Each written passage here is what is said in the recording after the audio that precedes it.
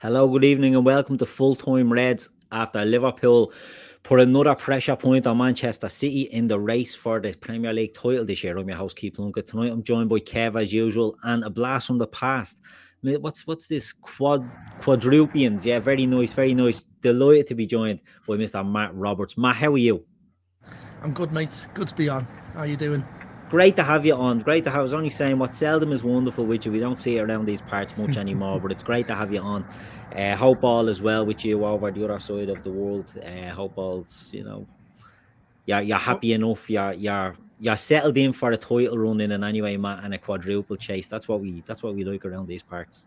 mate, I was built for quadruple chasing seasons. This is what it's all about. This is what we spent the last 10 years building up to, mate. Exactly. If you're not in it for this, what are you in it for? This is what, as you say, this is the name of the game. You have to be built for this. If you're not, probably it isn't for you. Kev, how are you? I'm all right. Nice and relaxed. I'm calm. You calm? I'm calm. I'm calm. I'm Yeah, I calm. was I was fairly calm Grand. watching the match, like to be honest. But look, it's another win for Liverpool. We'll start off, boys, with as we usually do, with the lineups. Kev, I'll stay with you, right? Yeah. So the team news came out. Were you happy with the lineup? Was there anything you were worried about? No, I was dead happy because we were led to believe that Naby Keita might be an injury doubt from the press conference from yesterday. So I was happy to see him playing, and I was happier to see Curtis available on the bench as an option as well. So yeah, no, very happy with that. Yeah, Matt, what about yourself? Happy with the lineup? Happy with to see the likes of Curtis and Naby in around the squad?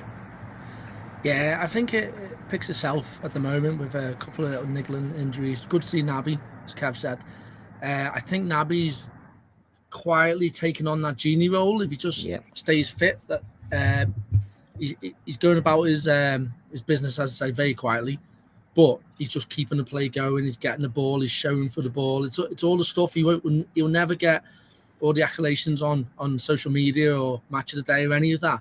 But it's the type of player that we've missed, and it's the player we went out and bought. So if he can stay fit, uh, it'll be really crucial, especially with the amount of games. I think we've got 21 games in the next 70 odd days or something. So if he can stay fit and just keep doing that job, it's exactly what we need. So to see him in the lineup was great. The rest of it, obviously, Kanate and Matip, they can interchange as much as we like. The midfield, we've got a few injuries, so Fabinho's always in there. Hendo is going to play, I think, in these bigger games, especially after the final, when we need the team might be coming into it with a bit of a lull. We need someone who's going to get behind and pick the team up and put the miles in. And then the front three, well, Bobby's out and Jota's coming back. That just picks itself. It's very true, very true. Kev, Matt's right there. The way the team is shaping up, the squad is shaping up. If Matip has to take a step out and Kanate comes in, you're not losing much sleep over that change. And then Naby, continuing on from an excellent showing I felt in the League Cup final last week. To see him going in, you're not looking at that might be a bit of so I think some fans might automatically jump on Naby and think he's the weakest link, but I think Matt touched on it there. We're seeing a different Naby now that he is more controlled. He is less likely to be a bit erratic with the ball, which maybe takes away Yeah, no, look, I mean, Keith's just dropped there. He'll be back in a second, but I get what he's saying. The thing is, unfortunately for him, for Naby, he's always going to be compared to Thiago and what Thiago can offer as compared to what Naby can do. And the one thing that I like about him is his energy and his pace, and the recovery pace that we saw in the last 10 minutes to track back and get that last ditch tackle in. That kind of thing is immense. He's more intelligent on the ball. He doesn't take pot shots from every angle God sends. Yeah, I mean, there's always got to be little bits and bobs in his game that you're gonna pick holes in, but you're nitpicking. The thing is, the drop off in the first probably 15 players in the squad ain't as much as what it used to be. Yeah, It used to be a case before that, once you had one or two injuries, the drop off was massive, especially in midfield. There isn't that many positions now, apart from probably right back, that you'd really worry about someone dropping in and out. You know, Yeah, I fully agree with you, mate. Fully agree. I mean, as you said then, picking up on Naby, he does a lot of running back. He does a lot of the pressing. He does all the stuff that Klopp asks of the team and Klopp wants. And that's why I think, even though we've had all the injuries and all the issues, he keeps getting picked. I mean, I'm a big fan of Naby Keita. I love any Liverpool player, but I was a big fan of him before he came, and I had really high expectations, and the injuries has taken a bit of shine off that. But if he can just keep ticking away like that, doing all the pressing, doing all the dirty work, as you say, the stuff he wasn't really brought for, but now he's really grown into the role of doing. If he can carry on doing that, then he adds so much to our team. And it's stuff Hendo used to do a lot of. The one thing I'd say, and what you said there was spot on. You had high hopes when he came in. I think everybody, because we had to wait the year for him, everyone blew him up as being the next big thing, the next big midfielder in Europe. Did too, mate. Yeah, but and then when it didn't materialize, and it didn't materialize in his first year, probably 18 months, between a combination of everything. I mean, the guy had a complete shitstorm of everything that could go wrong to a player for an international move went wrong. He didn't know the language. He was integrating into a side that was being built, and also then COVID happened. And then at the same time, he was picking up knocks, being played when he was injured by his international team. And now it looks like this season, between himself and Chamberlain, this season, they've both looked solid and dependable, that when they turn up, they do a job and they know the job within the structure of the team, which is fantastic. So the drop-off in any of the three players that come in, it's seamless as to how the machine works. You can take the cogs in and out, but the machine is still the machine. Yeah, I almost agree with you. Well, I almost fully agree with you. I would say, between Henderson, Thiago, Naby, and Elliott now, it's interchangeable. It's okay. Fabinho is the only one we cannot do without, I think. We can bring someone in. I mean, we can drop Hendo back there, but when we do, I see a noticeable drop-off. With the other four, it's okay. But when Fabinho's missing, we have a drop-off because even though we have replacement midfielders, we do not have replacement sixes. Six, yeah, I get that. Hopefully that's something that probably will be addressed in the summer. It's a hard one to probably do, isn't it? You know, someone coming in knowing that they're going, of their required quality, knowing that they're going to be a backup. You're looking for a Simicast type of signing, and that'll just come in and play. You know, we've mentioned names like Basuma, Tchouameni. They're going to be players that are looking to start. They're not going to be happy to play 6 games a season behind the Fabinho. It is a hard one to do. Like the likes of a Morton, I don't think is ready at the moment to be filling in. Not in big games. We've got Gomez. Yeah. Oh, saw that being touted as a number 6. No, but, I mean, the one thing I'd say that Basuma wouldn't like to play there. I mean, look at Jota. I think Jota is on the level now that Basuma was. And it's not about not playing, it's about fighting for your place. And if he comes in and we have to do a 4-2 instead of 4-1, then maybe Basuma makes that an option, but he's got to fight for it. So I think we're at a point now where the team is so good, the club is so well run, and we're challenging on so many fronts that when a player comes in, he's going to get minutes. I mean, look at Kelleher. He doesn't have to get minutes. We can play Allison. It's not like he hasn't got much in his legs. But he's going to get minutes just because we've got so many games to play. We're always challenging for 4 titles. With the expansion of the Champions League, the FIFA World Club Cup is being expanded. You've got internationals galore. The days of playing 55 games in a season are probably gone. You know, you are really if clubs want to compete on 4 fronts. I mean, this is the thing with the Champions League and the World Club Cup and all that stuff. The domestic cups are the ones that are going to suffer for the vast majority of teams. So this club probably has one realistic shot of winning the lot, because I don't think it'll be done again. Not with the way the football is being expanded and the way football is going. I don't think that there is any possibility of any club anywhere doing all 4. It's just not going to be practical anymore. So we've got one shot to do it. I would say as well, sorry, last bit on midfield. Whoever comes in is going to take minutes. They're going to take James Milner's minutes, and he gets a lot. So even if it is presuming he has to play up a tiny bit higher, he will take James Milner's minutes. Yeah. Which is a good base to start on anyway.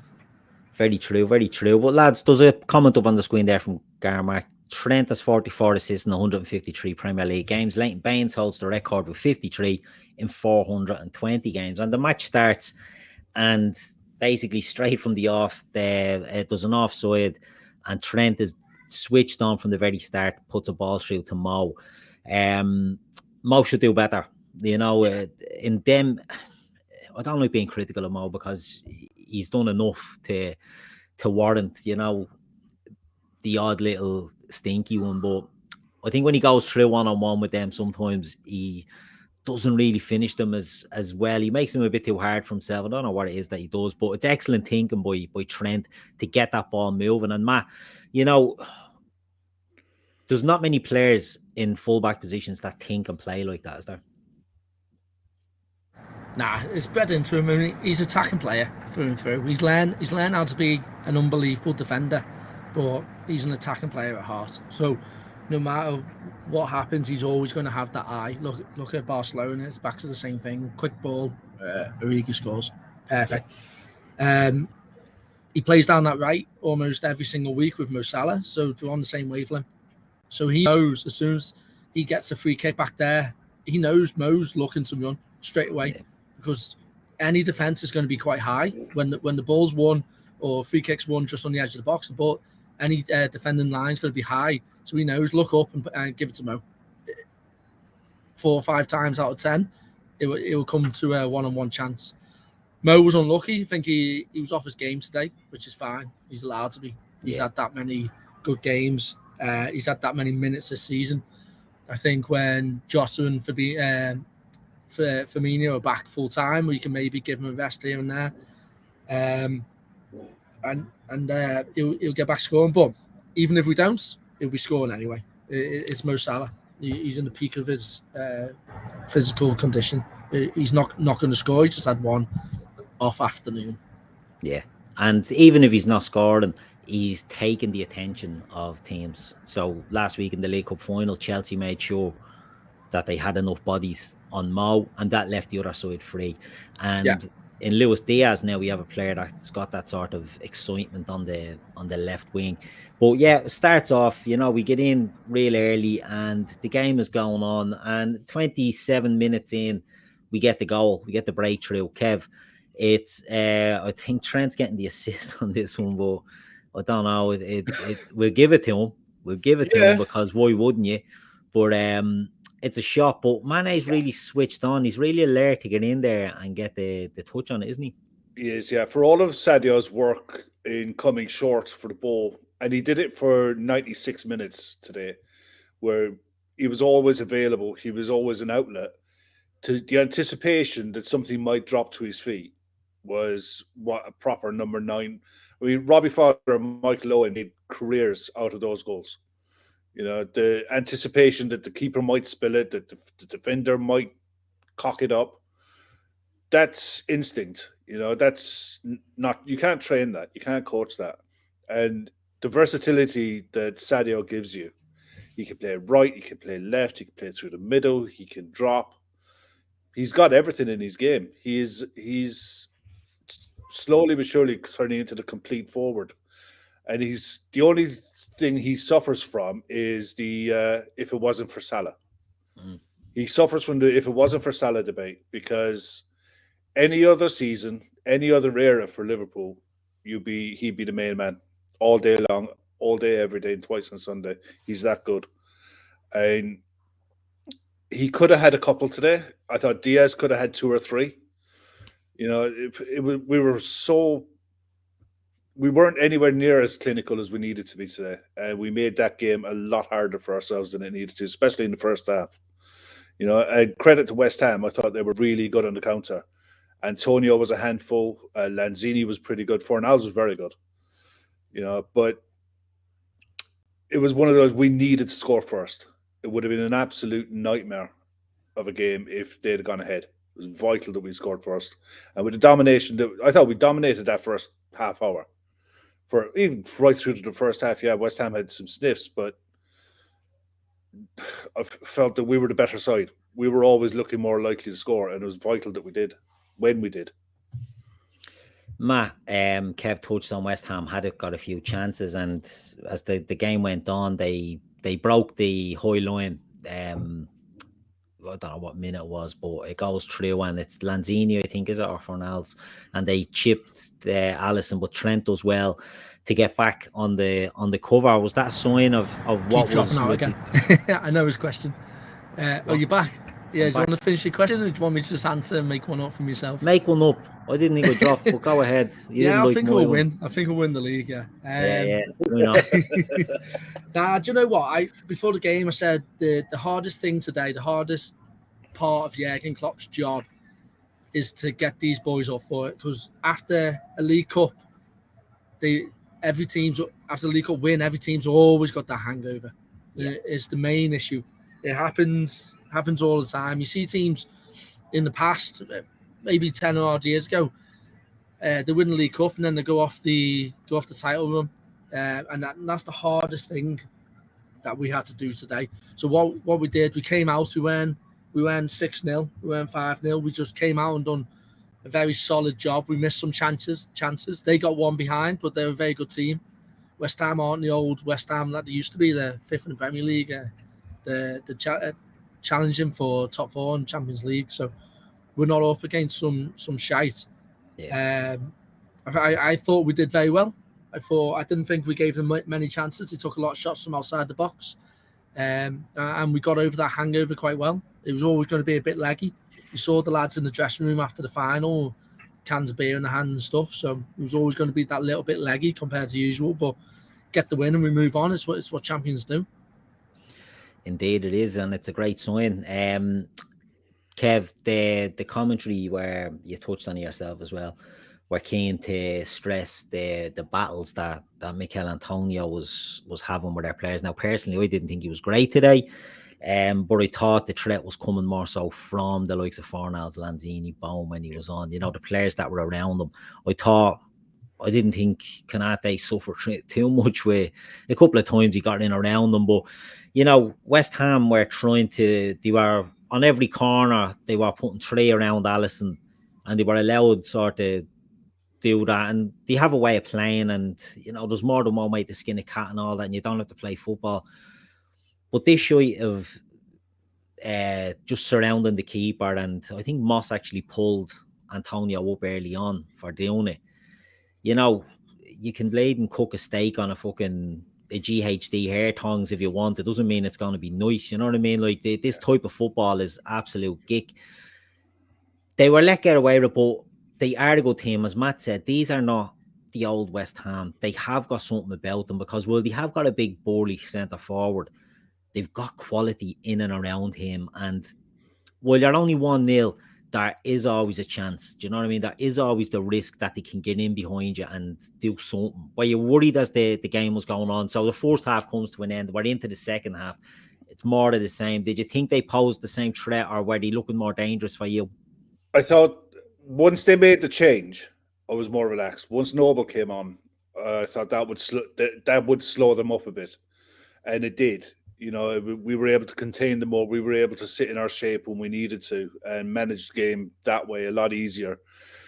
When you look at their lineup without Rice, they were probably more attacking because they played like a 4-1-4-1 with one sitting midfielder, the one unit up front. And look, Antonio's nuisance value alone is going to give anyone a headache.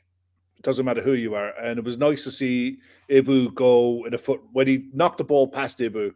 And he went in a foot race, and Konate was like, all right, kid. And he went away from him. Like that. That was good. But as long as they had to form it, and their tactic was simple, play it up and get the 4 to run, to make runs from deep. Try to get ball in over top, beat the high line. And look, it's effective. Brighton managed to do it. You know, it can be a very effective tactic to get at us. But I thought more often than not, we managed it really well. There was a couple of instances where, what's his name? Antonio was winning headers against Fabinho, but the later that went, Fabinho came off the headers to try to win the first one and left it to Canate, and Fabinho was trying to pick up the second balls, and that eased it all again. You know, you got to look at Ibu's 6'4", Virgil's 6'4". If you're a goalkeeper, you're deciding to go long, pick a side. Both sides are equally as good in the air, and it limits what you can do. You know, so if you want to come out, if you want to play out from the back, the front four are going to press. I thought Henderson's engine today was unreal. The guy ran his legs off and forced West Ham into playing in areas that they didn't want to play in, and forced them into long passes that they probably didn't want to make. But it was one of those, like you said, as long as it's 1-0, all it takes is a flick on. All it takes, and they had chances. You know, let's not kid ourselves. There was the one that I think it was Fornals tried to chip the keeper. Trent got back, but the one later on in the second half that they got through on a break, he has to score that. He just has to. That was a shocking miss. But you know what? One common thread with West Ham all the way through today, their forwards second-guessed themselves when they were going to finish every time. It's Allison and goal. It's Virgil. It's Ibu. It's Robbo. I have to do something else. Rather than just roll it at your feet and hit it, they tried to take someone on. They tried to do something else when it wasn't necessary. And a lot of that is you're in their heads from before the first whistle. That it's Allison. I have to do something better. I have to hit it into the corner. I have to do something out of the ordinary. And that split second allowed Naby to get that late tackle in when Robbo got a block on Antonio. Yeah. And it allowed just that little split second where instead of getting it out his feet and hitting it, it allowed them, Naby, to get back and make that tackle. But it's those kind of things are the difference between this level and that level. Do you know what I mean? And that's where we are at the minute. And West Ham are a good side. They've improved. Moyes has changed everything about him. But there's still a gap. Thank fuck. Yeah. Matt, the chance that Kev's talking about, Lanzini drops in the box. Were you worried on that one? Did you think this is it? This is the goal that they're going to get and it's going to put us under pressure? And was that their chance? And once they didn't take it, they sort of ran out of steam? I wasn't that worried if they score. I'm at that point now with Liverpool where I was the year we won the league. Yeah. We find a way to win. So even if they scored, I was just full on confident we'll score another. The games now I sit and watch, like tonight I watched at home. I just sit and I'm relaxed. I don't get wound up about them. We miss a chance. I don't mind. I know we've got it in us to win. However, we need to win. So whether it's Ali going off for a header in the 96th minute, it doesn't matter. Yeah. We'll find a way. We're at that point. We're in that purple patch right now where we were just turning teams over and getting points on the board. So even if they scored it wasn't going to bother me. I thought they had a good few chances. We gave them more chances than we usually do. But they play the exact type of football that we can struggle against. The over-the-top balls. Even though we've pushed our line up a little bit higher this season and we've been catching a lot offside, they've obviously been watching that. Yeah. They've been studying that this week and telling the players, okay, we still do the same. We do the long ball, but you just watch your fucking line. And that's what they did. So they did it well. Fair play to them. Moyes is a cunt. Yeah, very much so. but yeah, it works. So, but as Kev said, as soon as they go past Verge and Konate, they've got the best keeper in the world coming down on them. And it's like the old United teams where teams will go on the pitch and they'll be beaten before you even start playing them. Yeah. Strikers are coming through on goal and they know they're going to miss before they even fucking take a shot because it's Allison. Even if he just gets a tiny little touch on a chip over or he puts him off so he has to chip it over because the rest of the goal he can't see. It's not going in. You have to do a lot to beat first this defence and then this keeper. Yeah, no, it's a great point. A lot of players don't have it in them. Yeah, no, it's a great point. I mean, we've seen Liverpool forwards go to Manchester United over the years, and the Schmeichel effect, Van der Sar, De Gea. You know, you have to be precise getting it in, and it's what teams are having to do now. Look, Lanzini should have done better on that one. And you saw he falls to the ground. Fornals is on the ground. They're all on the ground because they know that's it. We're not going to get many chances against this team. But we'll move on. The game goes on. Mo Salah gets taken off. He's not happy. I don't think he can have an argument today. You know what I mean? I'm not expecting his agent to be doing any cryptic tweets on that one, because he was quite poor today. As I think, Matt, you said it earlier, he's entitled to have the odd game every now and again where he's not doing the business. But I thought it was a rare game today where you've Salah was off it, Mane wasn't maybe great, gets the goal, and then Luis Diaz is the other forward. And Luis Diaz he scored against Norwich, but he hasn't been the goal threat that the others have yet. But he's been so lively. It's another lively performance, Kev, isn't it, from Luis Diaz up there, that he's shown while he didn't get on the goal. And I don't want to be making excuses for him. He didn't score. I think that's the standards we've sort of set, that we expect goals all the time. He was the most lively out of front three, wasn't he, throughout? He was, yeah. He's a very good player. I didn't see it. I hold my hand up. I didn't think he was this good. And the best thing that I like about him is the fact that when he loses it, he's like a demon to get it back. Yeah.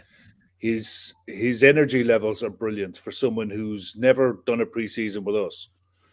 And granted, the good thing, I suppose, that when we got him, he'd had a winter break in Portugal. So he was coming into us pretty fresh. And it's all new. So the idea that he's just a bubbling bunch of bag of energy, like, and I think when he gets a bit more selfish and he starts to feel his presence in the site where he thinks he fits in, where he's more comfortable and confident, he'll get greedier, and then you'll see the goals coming because he can score. He gets in great positions and he works great positions. And you could see by the shots that he was taking, they weren't bad angles. They weren't bad shots. They're the right positions to be shooting from. It'll come for him, and he'll get on a run of scoring goals. I've no doubt about that. And I can't wait to see him next season. I'm enjoying watching him now, but I can't wait to see him next season when he's really nailed down the tactical side of the game. But loving what I'm seeing from him so far. Yeah, it's a great cameo so far. But look, Matt, it's another win. It's another march towards what we all hope will be a very, very successful season. Do we just chalk this one down as 3 points, routine home win? We move on and look to the next game. That's all we can really take from that, isn't it? It's what champions do. Yeah. We've just won a cup. We've just celebrated. There's going to be a low, and we went out and beat West Ham, who were sitting in fifth. We cannot get hung up on this performance. I mean, the fact of the matter is the performance wasn't even bad. Yeah. We've just set ourselves such a high level now, where we're looking at 2-3 goals, or we're looking at at least 6 or 7 chances, and when we don't get it, everyone's thinking, "Oh, is it okay? We got the win, thank God." But the performance was sound. It was completely solid. They had a few chances, we had more. And we came away with 3 points. I've absolutely no issue with it. Yeah, you're right. It's what champions do. It's a championship performance. And look, we're not in the lead at the moment, but they're the types of wins that just heap the pressure onto Man City. They're looking at that, hoping and expecting, can West Ham get something here? And they don't. And we just power through. So, lads, we'll finish up now. I'll get you a man of the match. Right, so Kev, we'll come to you. Who was your man of the match today and why? I thought Trent was really good. I thought his distribution was good. The cross come shot, whatever you want to call it, aside, that was a bonus. But I thought his overall game today was really good. I will give a shout out to Robbo. I thought Robbo was very good as well. Defensively, he was solid. Bowen didn't get much of a look in throughout the game while he was on the pitch. But yeah, I'd give it to Trent. Yeah. I thought it was one of his best performances without the need. He gets the assist, but it wasn't your typical assist. Yeah, you're not giving him man of the match based on him putting in 2 assists and just nearly like a striker who scores, gets man of the match. I thought he was really, really good in the defensive side of the game as well. Matt, what about yourself? Who are you giving it to? I want to give it to two people. I want to give it to Linda and John for setting us up for the quadruple. Yeah. Best owners in the world. Yeah. Football wise, Trent. It's got to be Trent. I thought he was unbelievable today, defensive wise. The old narrative now that Trent can't defend is just fucking out the window. And anyone saying that is a dinosaur sitting in Qatar. He's an unbelievable defender. He's even better attacker. He's first name on the team sheet, our best player. Easy. That's who it goes to. Yeah, hard to go beyond Trent. I honourable mentions to Diaz and Naby. I thought Naby was very good. I thought Henderson was very good. Ibu was good. Yeah, there was so many good performances without them being outstanding. It was a good team performance, but I thought Trent, as I said, I think it was one of his best performances sort of all around. He was switched on from the very start, and I thought he was brilliant. And they're the ones you enjoy. Do you know what I mean? It's great when he whips in a free kick into the top bin, or he's putting the two and three assists in, but people criticise him for the other parts of the game, and I thought he was excellent today. As Matt said, and Kev has touched on, West Ham are no joke now. They're a good team, 5th in the league, could have gone 4th if they'd have beat us today. They had stuff to play for, and it was just a great win. So, lads, we'll leave it at that. Liverpool are going for the quadruple. It's another one down. We look forward to the match tomorrow. Big Manchester derby. Do we think United get anything out of this game? Matt, are United going to get anything out of this game tomorrow? That absolutely little shysters, so probably not. But if they do, I'll be celebrating. Anyone who's saying they're not going to be celebrating that, fuck off. Them beating City could lead to us winning the quadruple. So if you're not celebrating, you need to take your face for a shit. I don't think they'll get it because they're a shit club. They are a shit team. But if they do, it's fucking on. Kev, can they do it?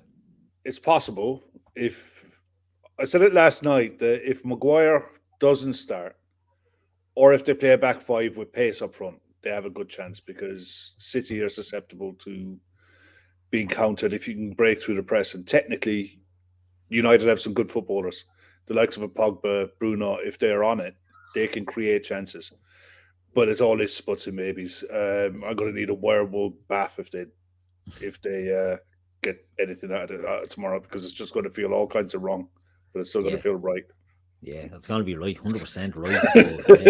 But, look, we'll see. We'll all be giving them a little sneaky little fist pump when if they can do it tomorrow. But look, City are a good team, but it doesn't matter how good they are. It's another pressure point on them, and that's all we can do. Just keep piling that on, because if you keep putting that foot on the throat, eventually they're going to slip up. And it might not be against Manchester United. It could be a different game. It could be another one for that you're not expecting, like the Southampton game. Yeah. But once the pressure is on, they're susceptible to slip, and that's where I think we have a chance. So, lads, we'll leave it there. Another win for the Reds, another march towards the quadruple. Matt, it's great to have you on. Hopefully we can get you on again more often. We'll talk to Gav about that. Yeah, I'll see you in August.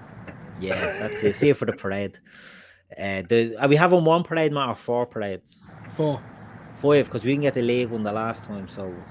Oh yeah. We'll have 5. We'll have one in each. We'll have one in each country. We'll have England, Wales, Scotland, Northern Ireland, and Ireland. Yeah, one for everybody in Everyone the audience. Can enjoy That's what we like to see. That's even it. We're all can in get this. out the house for once. We're all in this together. Right, boys. Thanks for joining me tonight. It's been a pleasure. This has been Full Time Reds, and we'll see you all again soon.